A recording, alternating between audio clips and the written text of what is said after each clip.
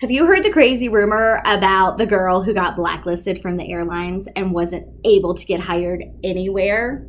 Well, I heard the rumor too, but I want to tell you the rumor's not true. In aviation in the United States, there's really no such thing as getting blacklisted. Now, if you feel like you maybe have gotten blacklisted because of maybe some applications that have been rejected, or maybe something that somebody told you, we're going to talk about that. But can't really get blacklisted. Now, this is a recap from Study Hall on September 22nd, 2020. During this study hall session, we had 12 to 15 people there like we do every week. And when I opened the floor for questions, we had a brand new study hall student, and this was her question. She wanted to know if there was any chance that she had been blacklisted from getting hired from the airlines. Because she had worked for an airline, she had flown for a regional airline for about 2 years, and then she needed to resign to take care of her family. There was an incident that happened, and she needed to very, very quickly get home and stop flying and just be there for her family. Now, she talked with her supervisor, she talked with her airline, and they accepted her resignation, and they assured her that she would be coded as rehireable, and that, of course, they would love to have her back if she was ever ready to come back. And it was a very positive situation that happened. But she didn't give a full 2 weeks notice. That being said, she was told that they would code her as rehireable due to the circumstances. So now fast forward, it's been several years. Her family is doing fantastic, thankfully. She's not needed at home the same way that she was, and she's ready to return to her dream career, it might not be her first love, but her love of flying as a flight attendant. So she applied to the same airline. We're currently in 2020 during a very, very slow hiring situation going on within aviation. But the airline that she had flown for happened to be hiring. So she went ahead and she applied. She received almost an immediate TBNT, which stands for thanks, but next time, or thanks, but no thanks. TBNT is kind of the slang we use for a rejection email. So she received a rejection email from this airline, and it was almost immediate. So it is kind of apparent that no one received her resume the next day, looked it over, and decided that she really didn't qualify. Plus, she has flight attendant experience with that airline. So not qualifying really isn't the issue. And so she said, have I been blacklisted? Do you think that I've been blacklisted because I didn't turn in a 2 weeks notice, and I will now face this same fate at every single airline that I apply for? So my answer was encouraging, and I hope that if you're struggling with this, you find it to be encouraging too. So my answer was no, you're not blacklisted by the airlines. Go ahead, take your beautiful resume that got you the interview with this airline before, and apply with other airlines as they are hiring. Again, not a lot of opportunity right now, but that doesn't mean that's not going to change over the next 12 to 18 months. So please, I encourage you to please keep applying.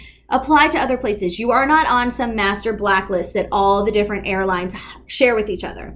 So in the United States, the airlines don't really communicate with each other, especially in a human resources way that way. There's plenty of protection and privacy protections that you're afforded.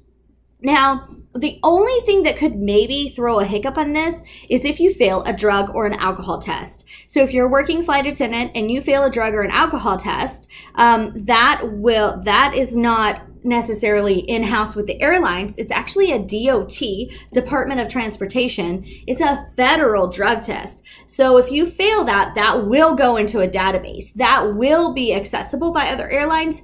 And if you go to apply within 2 years of that positive test, if you go to apply within 2 years of taking a drug test, every time you go and take a drug test, saying this kind of backwards, every time you go and take a drug test, you have to fill out a questionnaire. One of the questions is, have you taken a DOT drug test in the last in the last 2 years? Have you refused a DOT drug test in the last 2 years? Have you tested positive on a DOT drug test in the last 2 years?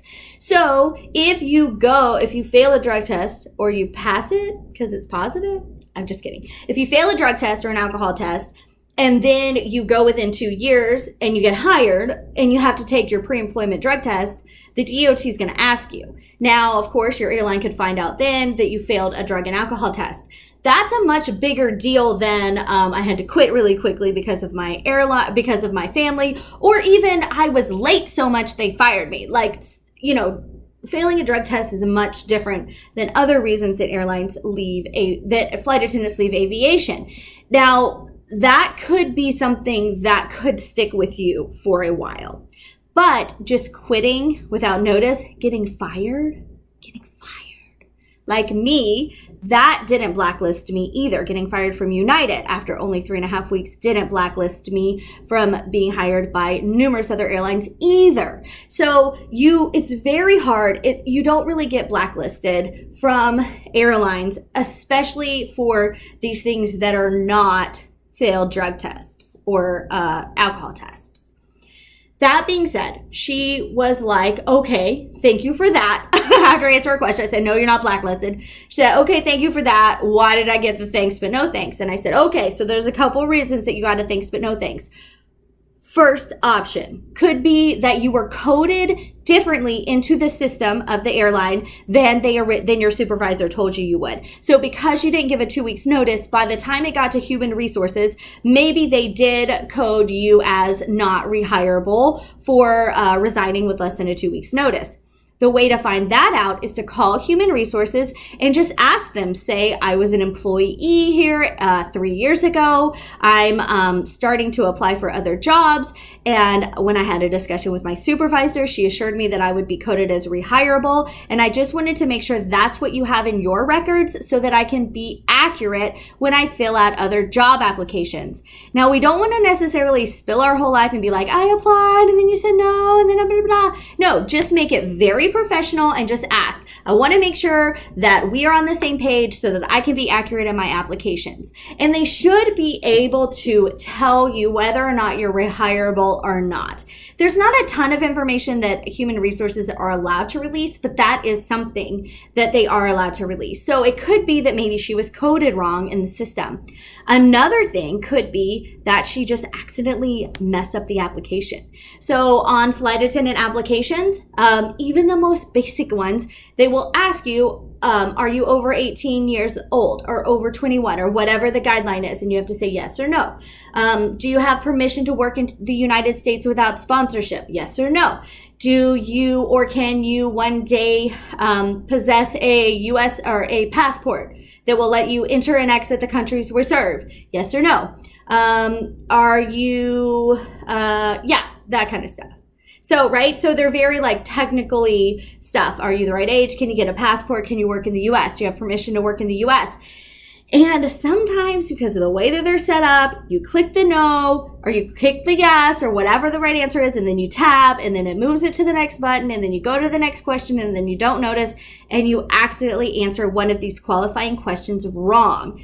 That happens more often than it should, more often than I wish it did. But there's a really good chance that something like that happened with her application. So if that's the case, then when the time comes around, she can reapply and just be a little bit more careful moving forward with the application. Try not to do the applications quickly. Try not to do them on your phone if at all possible too, because the screen is tiny. It's easy to get the buttons wrong.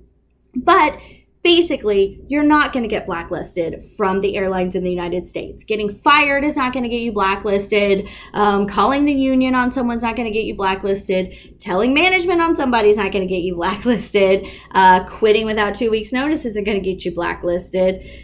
There's pretty much nothing short of and this is not even a guarantee blacklist, but short of failing a drug or alcohol test, you're not going to get blacklisted. And even that, you still might not be blacklisted. So I hope that you find that encouraging if you're feeling like maybe you had a bad interview with someone at one airline and they got together at airline luncheon and told each other, but that's really not how it works. thankfully. So if you've gotten a surprise TB&T that you weren't expecting, feeling like you're blacklisted, you're not.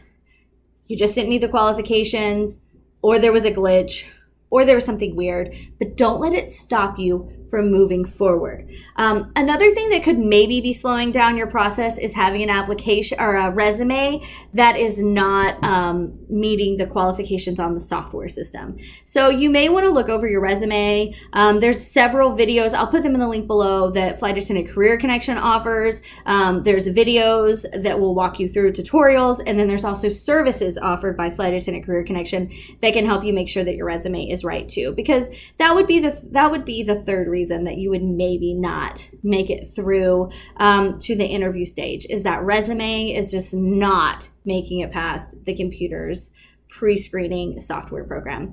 So hopefully you find this encouraging. There's lots of things you can still do to make your career continue to move forward. Make sure that you're filling out all the applications that catch your eye and interviewing with confidence.